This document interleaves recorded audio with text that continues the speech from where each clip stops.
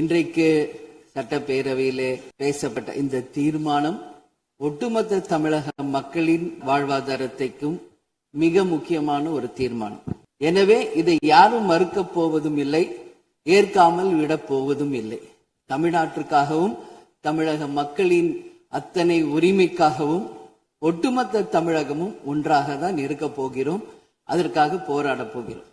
ஆனால் நாம் சற்று இதை பற்றி யோசித்தால், சுதந்திரம் வாங்கின காலத்திலிருந்து இன்றைக்கு வரைக்கும் காவேரி பிரச்சனையும் முல்லை பெரியாறு பிரச்சனையும் தமிழக மீனவர்கள் பிரச்சனையும் தொடர்ந்து பேசிக்கொண்டுதான் இருக்கிறோமே ஒழிய எதற்கும் இதுவரைக்கும் நிரந்தரமாக தீர்வு ஏற்பட்டதாக ஒரு வரலாறு இல்லை என்பதை நிச்சயமாக இந்த நேரத்தில் நான் பதிய வைக்க விரும்புகிறேன்.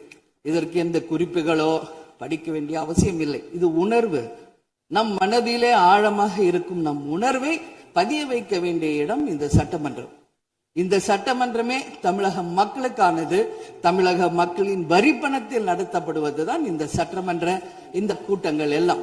அப்படி இருக்கையில் தமிழக மக்களின் உரிமையை நாம் ஒவ்வொரு முறையும் நம்மை சுற்றி இருக்கின்ற மாநிலங்களிடம் போய் கேரளா, கர்நாடகா, ஆந்திரா, இன்னொரு பக்கம் மீனவர்களுக்காக ஸ்ரீலங்கா என்று தொடர்ந்து கேட்டுக்கொண்டுதான் இருக்கிறேமே ஒழிய தன்னிறைவு பெற்ற ஒரு மாநிலமாக தமிழ்நாடு என்றைக்கு வரப்போகிறது என்பதை தான் நான் இந்த நேரத்தில் சிந்திக்கிறேன்.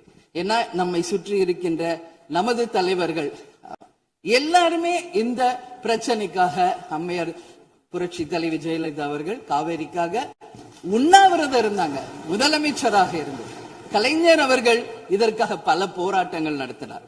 அண்ணன் ஸ்டாலின் அவர்கள் பல தீர்மானங்களை நிறைவேற்றி இருக்கிறார்கள்.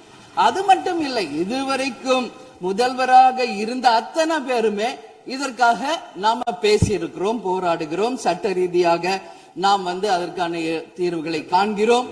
அது மட்டும் இல்லை, காவிரி மேலாண்மை ஆணையம் ஒரு தீர்ப்பு சொல்றாங்க, உச்ச நீதிமன்றம் ஒரு தீர்ப்பு சொல்றாங்க. எதுவும் பேசியும் இதுவரைக்கும் தீர்வு இல்லை.